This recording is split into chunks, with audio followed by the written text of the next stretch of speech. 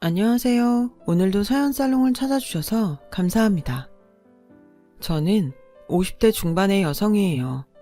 사연을 보내려고 지나간 세월들을 돌아보니 자꾸 눈물이 쏟아지네요. 저는 아주 어릴 때 부모님을 잃고 시골 보육원에서 자랐어요. 성당에 딸려있는 보육원이어서 수녀님들이 저희를 돌봐주셨어요. 하고 싶은 것도 배우고 싶은 것도 많았던 저는 부모님 밑에서 공부하며 미술 같은 걸 배우는 친구들을 보며 항상 부러워하곤 했어요. 제가 뭐든 욕심 있고 배우고 싶어 하자 수녀님이 저를 따로 부르셨어요. 수정아, 지금 네가 할 수 있는 것부터 해봐. 여기서 따로 돈 들이지 않고 하고 싶은 게 있어? 수녀님, 그럼 저 요리 배우고 싶어요. 찌개나 밥도 좋고 빵도 좋고요.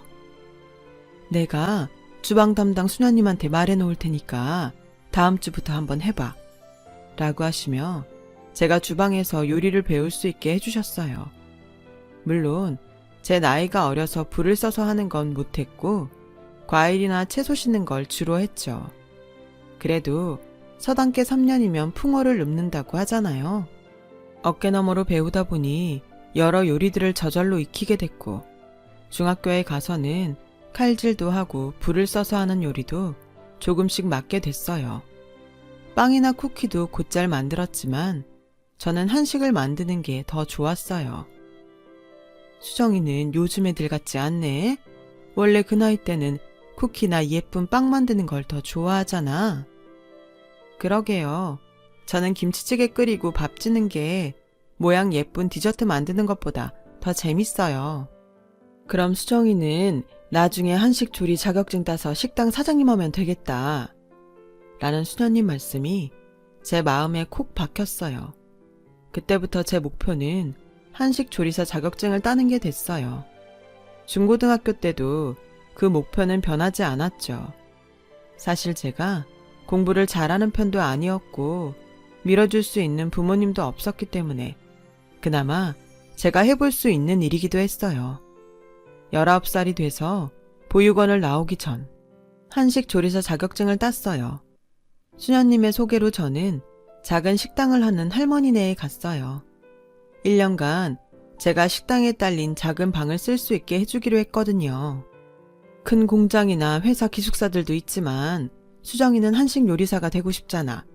공장에서는 그런 일을 못하니까 할머니네 가는 게 나을 거야. 넌 잘할 수 있어. 너무 걱정하지 마. 라며 수녀님은 마지막으로 저를 꼭 안아주셨고 할머니는 성당을 다니는 분이라 수녀님과 잘 아는 사이라고 했어요. 그분은 10년 전에 아들을 교통사고로 잃고 혼자 되셨다고 했어요.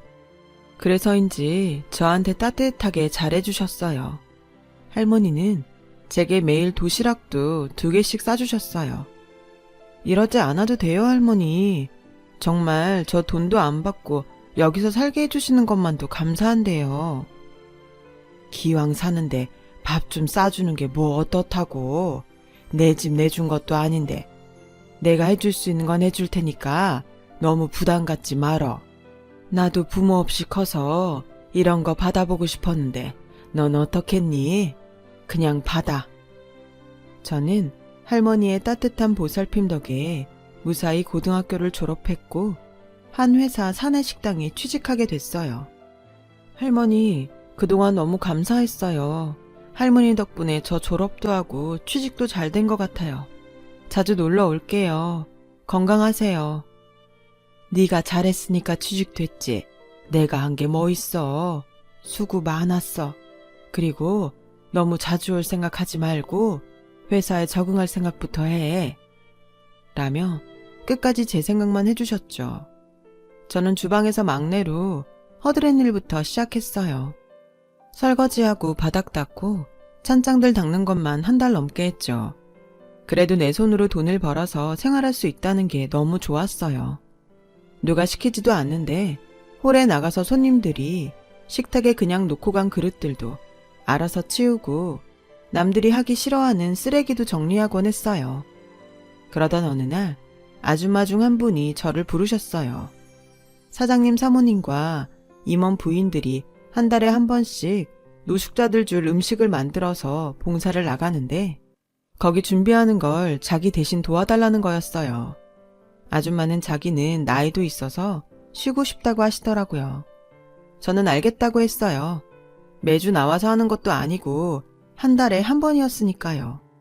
한 달에 한두 번 보육원에 가거나 할머니를 뵈러 가는 게 아니면 특별히 할 일도 없었기 때문에 오히려 잘 됐다 싶었어요. 저는 당장 돌아오는 주말부터 노숙자 식사 준비를 돕게 됐어요. 저는 사모님들이 미리 해온 음식을 데우고 포장하는 일도 하고 거기서 직접 요리하는 걸 돕기도 했어요. 시간이 지나고 처음에는 1년만 하겠다던 그 일을 3년이 넘게 하게 됐죠. 그러다 보니 사장님 사모님과 인사도 하게 됐고 어느 정도 안면을 튼 사이가 됐어요. 수정씨, 다음 주에 우리 집에서 모임이 있거든? 그때 좀 와줄 수 있어? 큰 모임은 아니라 우리 집 아줌마랑 해주면 되거든. 하며 하루 일당도 주신다고 했어요. 저는 월급 말고 다른 수입이 생기는 게 좋아서 바로 간다고 했죠. 모임은 사모님이 봉사활동하는 단체에 기부금을 내는 분들 식사 자리였어요. 그런데 한 아주머니가 저를 눈여겨보더니 아가씨, 우리 언제 한번 만날 수 있을까? 나도 요리 좀 부탁하고 싶어서 그래. 근데 제가 원래는 직장이 있어서요. 오늘은 사모님 부탁받고 온 거예요. 나도 알지. 회사 끝나고는 어때? 일당 잘 챙겨줄게. 라길래 약속을 잡고 나갔어요. 그랬는데 엉뚱하게도 어떤 남자분이랑 같이 나와 있더라고요. 옆에는 남자 어머니도 있었어요. 내가 둘이 너무 잘 어울릴 것 같아서 소개시켜 주려고 했는데 솔직히 말하면 아가씨가 안 나올까봐 그랬어. 여기 사모님 나랑 잘 아는 사이니까 신원보증은 걱정 안 해도 돼. 저는 그래도 제가 보육원 출신인 것도 걸렸고 잘 모르는 사람을 만나는 게 불안했어요. 하지만 사모님도 남자도 허물 없이 저한테 잘해주셨어요. 아무도 없는 저는 그들과 가족이 되면 어떨까 하는 꿈을 꾸게 됐죠. 그러던 어느 날 남자가 저에게 청혼을 했어요. 수정 씨랑 같이 살면 참 재밌고 좋을 것 같아요. 저랑 결혼해 줄래요? 내가 잘할게요. 정말 저 같은 사람하고 결혼해도 괜찮겠어요? 저는 그게 걱정이에요. 그런 걱정하지 마세요. 제가 이것저것 따졌으면 수정 씨 만났겠어요? 라는 말에 저는 결혼하자고 했어요. 그리고 결혼식 날에는 저를 1년간 돌봐주신 할머니가 혼주 자리에 앉아주셨어요. 할머니는 신혼여행 가는 제 손을 꼭 붙잡고 언제든 힘든 일이 생기면 꼭 와라. 알았지? 힘들 때 아니어도 갈 거예요. 여행 갔다 와서도 인사 갈게요. 라며 할머니를 안아드렸어요. 하지만 할머니에게 인사도 갈 수 없었고 한동안 만날 수도 없었어요. 신혼여행에서 돌아온 제가 간 곳은 서울에서 좀 떨어진 지방도시였어요.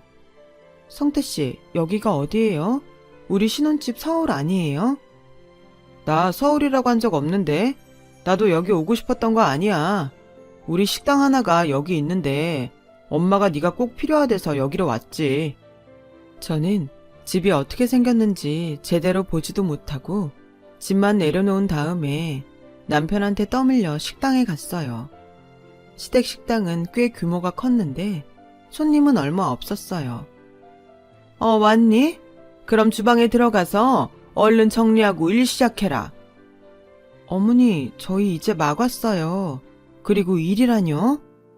알고 있다. 니네 신혼여행에서 온 거. 여기 우리 식당이라는 얘긴 들었지? 네가 주방일 좀 해줘야겠다.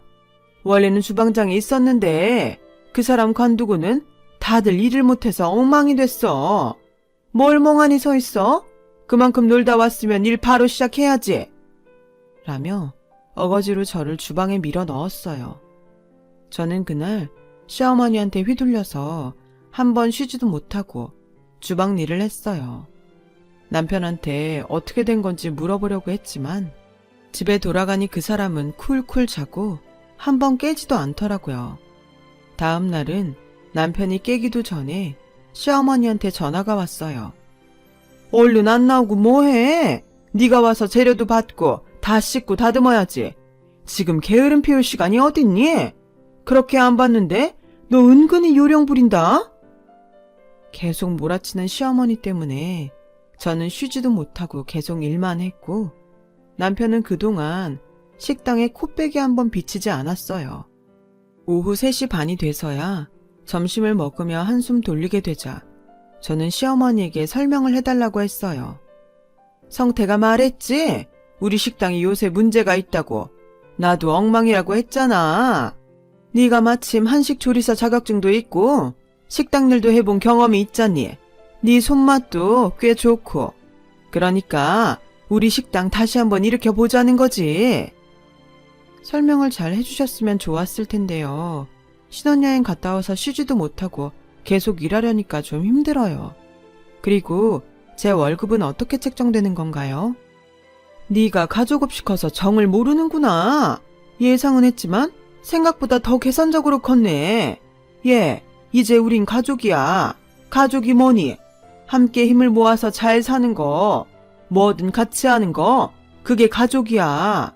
알겠어? 중요한 건 돈이 아니라고. 우리는 하나로 똘똘 뭉친 거야. 가족끼리 무슨 돈을 주고받니? 저는 우리가 가족이라는 말에 가슴이 뭉클했어요. 제가 이 사람들과 가족이 되고 싶다고 꿈꿨던 게 이렇게 이루어졌나 그런 생각이 들었죠. 하지만 시어머니의 태도는 예전보다 차가웠고 남편도 결혼 전과 정반대였어요.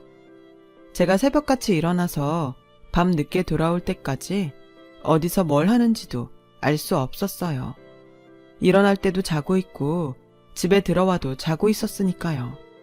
어쩌다가 어디 갔다 저보다 늦는 날은 어김없이 술을 잔뜩 마시고 취해서 들어왔어요. 야, 네가 일 좀 할 줄 안다고 나 무시하는 거야? 웃기지 마. 나 아니었으면 너 같은 고아 누가 쳐다나 받겠냐? 나니까 너하고 살아주는 거야. 라고 큰 소리로 술주정을 하다가 잠이 들곤 했죠. 시어머니는 매일 저한테 이거 해라 저거 해라 시키는 일만 많았어요. 가끔은 제가 식당 다른 직원하고 다를 게 뭐가 있나 그런 생각도 들었어요. 다른 게 있긴 했는데 그 사람들은 월급을 받고 저는 안 받는다는 거였어요.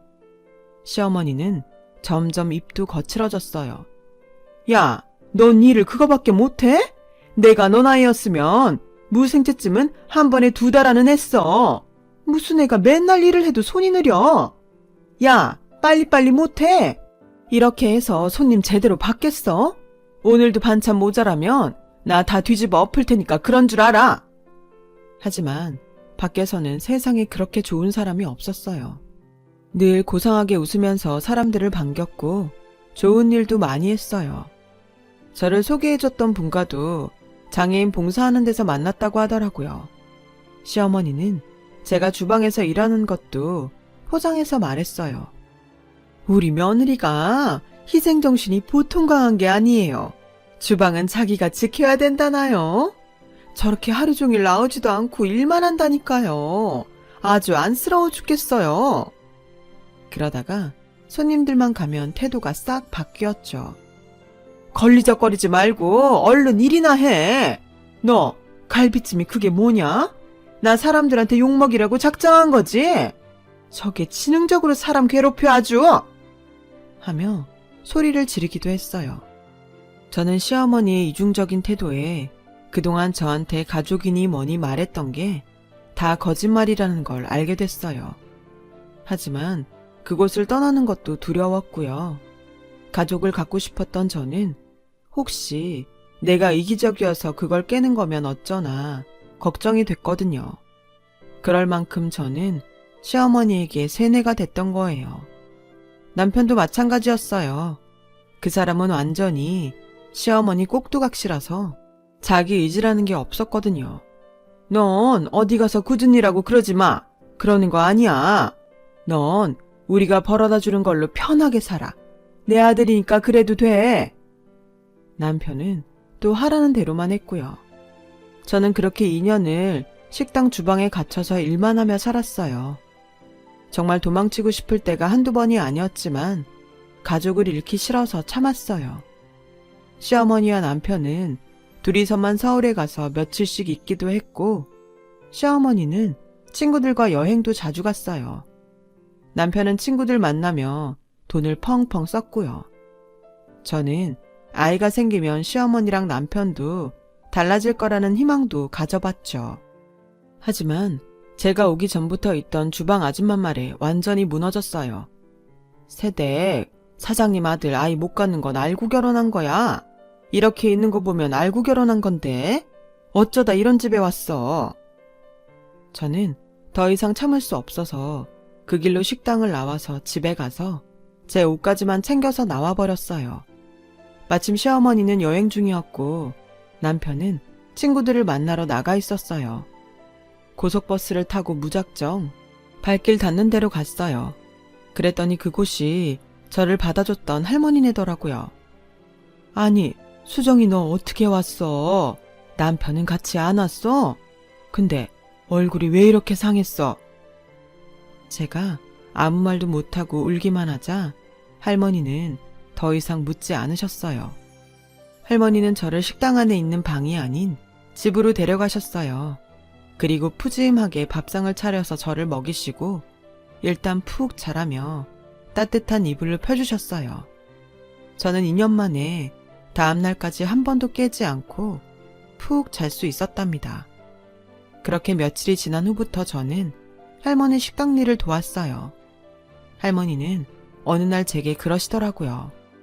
내가 식당을 더 키워보고 싶어도 나이가 있어서 망설였는데 네가 날 도와주면 할 수 있을 것 같다. 어떠냐? 내일 좀 도와주지 않을래? 그럼요. 제가 할머니한테 힘이 될 수만 있다면 뭐든 할 수 있어요. 이렇게 절 다시 걷어주셨잖아요. 그런 말 마라. 내가 그랬잖아. 나도 부모 없었다고. 너 보면 예전 나 보는 것 같았는데 그래도 너무 정주지 말자고 생각했었는데 너는 그래도 될 것 같아. 나도 아들 잃고 외로운데 너무 선을 긋고 살았나 봐. 외로운 사람들끼리 같이 잘 살면 되는데. 할머니, 감사해요. 그렇게 말씀해 주셔서 감사해요. 저는 할머니를 붙잡고 막 울었어요. 그동안 시댁에서 당했던 서름들이 한꺼번에 터졌던 것 같아요. 할머니는 저를 호적의 손녀로 올려주셨고 저와 할머니는 그날부터 정말 가족이 되었어요. 남편과 시어머니가 찾아왔을 때도 할머니가 저 대신 나서주셨어요. 이제 수정이 혼자 아닙니다. 고아 아니에요. 제 손녀 됐어요. 저는 우리 손녀 그렇게 부려먹기만 하는 집에 더는 못 두니까 내가 고소하기 전에 위자료나 내놓고 이혼 도장 찍으세요. 이봐요 할머니, 무슨 위자료? 우린 가족사업 한 거밖에 없어요. 무슨 증거 있어요? 도망간 건 할머니 손녀인지 고아인지 쟤잖아요. 아무튼 저희도 이렇게 일방적으로 이혼하겠다는 거 뭐라 안 할 테니까 서로 다른 건 요구하지 말자고요. 라며 남편과 돌아갔어요. 제가 가져갔던 통장도 돌려받지 못했지만 그런 건 상관없었어요. 그 집에서 완전히 해방됐다는 사실만으로도 너무 좋았거든요. 할머니는 대기업 근처의 먹자골목에 가게를 얻어서 수리를 하고 거기에 식당을 열었어요. 할머니는 생각보다 알부자여서 자금이 꽤 있는 상태시더라고요. 그동안 동네에서 하던 것보다 훨씬 큰 규모였죠. 저는 정말 열심히 할머니를 도와서 식당 일을 했어요. 2년 동안 너무 힘들게 일을 해서 그런지 할머니라고 하는 건 정말 힘이 하나도 안 들었어요. 저는 그때 여자 직장인들 입에 맞는 메뉴를 개발하는데 힘을 썼어요. 매콤한 오징어 불고기나 치즈를 넣은 매운 요리 등을 만들었고 제 예상대로 젊은 여자 회사원들한테 반응이 좋았어요. 입소문을 듣고 온 손님들도 많이 늘었고 저녁에도 사람들로 북적였어요. 저희는 오징어 불고기를 하는 집과 닭 요리를 하는 가게를 따로 열기로 했어요. 전문적인 느낌을 주는 게 장사가 더 잘 될 것 같다는 생각이 들었거든요. 저희는 다른 동네에 가게 2개를 얻어 각각 문을 열었고 두 가게 다 말 그대로 대박이 났어요. 특히 닭요리는 해보고 싶다는 사람들이 여러 곳에서 찾아와서 몇몇 분점을 내기도 했어요. 할머니는 이게 다 제 덕분이라며 고맙다고 하셨어요. 이거 다 수정이 네가 한 거야. 내가 너 아니었으면 이렇게 큰 가게를 몇 개씩 가진 사장이 될 수 있었겠니? 그러니까 닭찜집은 너 단독으로 사장해. 아니 할머니, 나야말로 할머니가 있으니까 이런 것도 해볼 생각을 했지. 나 지금 이대로 괜찮아. 이거 다 네가 개발한 메뉴잖아. 그러니까 네가 사장해도 돼. 할머니 말 들어. 저는 그렇게 독립적인 사장이 됐고 뭔가 이룬 것 같아서 너무 뿌듯하고 행복했어요. 저는 그때 저처럼 어려운 사람들을 돕고 싶다는 마음이 들더라고요. 여유가 생기니 주변을 돌아볼 수 있게 됐던 것 같아요. 기억을 더듬어서 예전에 회사에 있을 때도 한두 번 따라갔던 노숙자 봉사단체를 찾아갔어요. 그리고 거기서 그 옛날 사장님 사모님을 만났어요. 사모님은 저를 알아보시고 무척 반가워하셨어요. 어머 세상에, 이렇게 훌륭하게 사장님이 됐구나. 대단하다 대단해. 수정씨 진짜 멋져. 그리고 저희 식당과 장애인 봉사단체 반찬 계약을 하고 싶다고 하셨어요. 이제는 규모가 커져서 우리가 만든 거 가지고는 되지도 않거든. 그래서 식당들하고 계약을 맺고 있어. 물론 음식값은 제대로 줄 거야. 나 그런 거 깎는 사람 아닌 거 알지? 그렇게 저는 사모님과 계약을 맺었고 다음번 장애인 봉사단체에 갈 때 직접 음식을 배달하기로 했어요. 그리고 장애인 봉사단체에 가는 날이 됐어요. 저는 음식 트럭과 함께 약속 장소에 갔다가 익숙한 사람을 봤어요. 전 시어머니였죠. 예전에 절 그 집과 소개했던 아줌마가 장애인 봉사단체에서 시어머니를 만났다고 했어서 혹시 만날지도 모르겠다는 생각은 했었어요. 그 여자는 사모님 옆에 딱 달라붙어서 아주 착한 척을 하고 있더라고요. 제가 사모님과 인사를 하자 전 시어머니는 얼굴이 파래져서 저를 쳐다봤어요. 잠깐만, 그러고 보니까 예전에 성태가 결혼했다는 게 수정씨 아니었어? 내가 결혼식을 못 가봐서 기억이 안 나는데 아닌가? 네 사모님, 저 맞아요. 제 전 시어머니였어요. 라고 하자 시어머니도 사모님도 놀라서 저를 쳐다보더라고요. 시어머니는 제 손을 잡아 끌며 저기 여기서 이러지 말고 저쪽에서 나랑 얘기 좀 하자. 얘기를 하긴 무슨 얘기래요. 이거 놓으세요. 라며 손을 뿌리치자 시어머니는 어쩔 줄 몰라 하더군요. 사모님은 어떻게 된 일인지 궁금해서 저와 시어머니를 번갈아 봤어요. 여기서는 아주 천사처럼 가면 쓰고 있나 봐요. 왜요? 저 주방에서 한 발짝도 못 나오게 하고 2년 동안 부려먹었던 것처럼 해보지 그래요? 내가 언제 또 그렇게 했어? 그때 우린 가족이었고 넌 네가 할 수 있는 일을 한 것뿐이지. 가족이요? 어떤 가족이 한 사람은 몸이 부서져라 일만 하고 다른 두 사람은 여기저기 놀러만 다녀요? 망할 뻔한 식당 살려놨더니 돈 쓰고 생색은 자기들이 다 내고 다니고 제가 가족이 어떤 건지 몰라서 월급을 달라고 했다고요? 가족끼리도 그렇게 하루도 휴일 없이 부려먹으면 돈 줘야 되는 거예요. 제 말에 사모님은 시어머니를 보는 표정이 험악하게 변했어요. 주변 사람들도 다들 수군거렸죠. 시어머니는 쩔쩔매다가 결국 제 손을 잡고 빌기 시작했어요. 얘, 미안했다. 네가 좀 섭섭했나 본데 예전 일이잖아. 과거는 잊어야지. 언제까지 옛날 일 얘기할 거야? 좀 섭섭이요. 성태 씨가 아이 못 갖는 사람이라는 것도 속이고 저한테 말 안 했잖아요. 매일 저만 골 빠져라 일하고 두 사람은 여기저기 놀러 다니고 손님들 왔을 때만 저한테 상냥하고 다 돌아가면 고래고래 소리 지르고 그런 걸 어떻게 좀 섭섭했다고 해요? 제가 완전히 속아서 고생했던 거죠. 제 말에 사모님은 기가 막히다는 듯이 그 자리에서 돌아섰어요. 그러자 시어머니는 사모님을 잡고 사정했어요. 사모님, 제발 제 말 좀 들어보세요. 오해해요.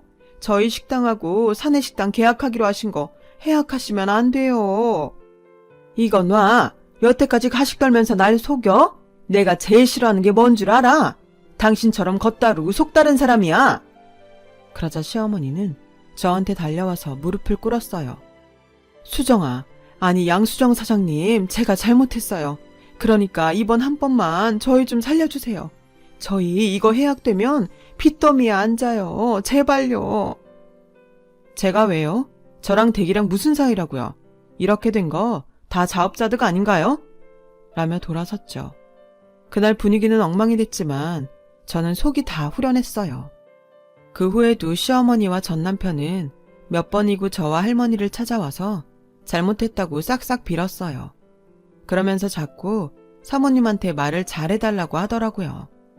저와 할머니는 더는 두 사람을 만나주지 않았고 그 사람들은 결국 직원들에게 밖으로 끌려 나갔어요. 시어머니 식당은 회사 사내식당 음식을 못하게 됐고 여기저기서 돈을 끌어다가 식자재를 사고 직원을 채용했던 것 때문에 빚을 잔뜩 지고 길거리에 나앉게 됐다고 하더군요. 저는 그런 얘기를 들어도 두 사람이 하나도 불쌍하지 않았어요. 저를 속여서 식당에 발을 묶어놓고 가족이 없는 제 약점을 잡아서 가족이라는 이름으로 그냥 부려먹었던 걸 생각하면 너무 화가 났거든요. 두 사람은 쫓기듯이 어디 먼 데로 갔다고 하더라고요. 그 뒤로는 두 사람의 소식을 듣지 못했어요.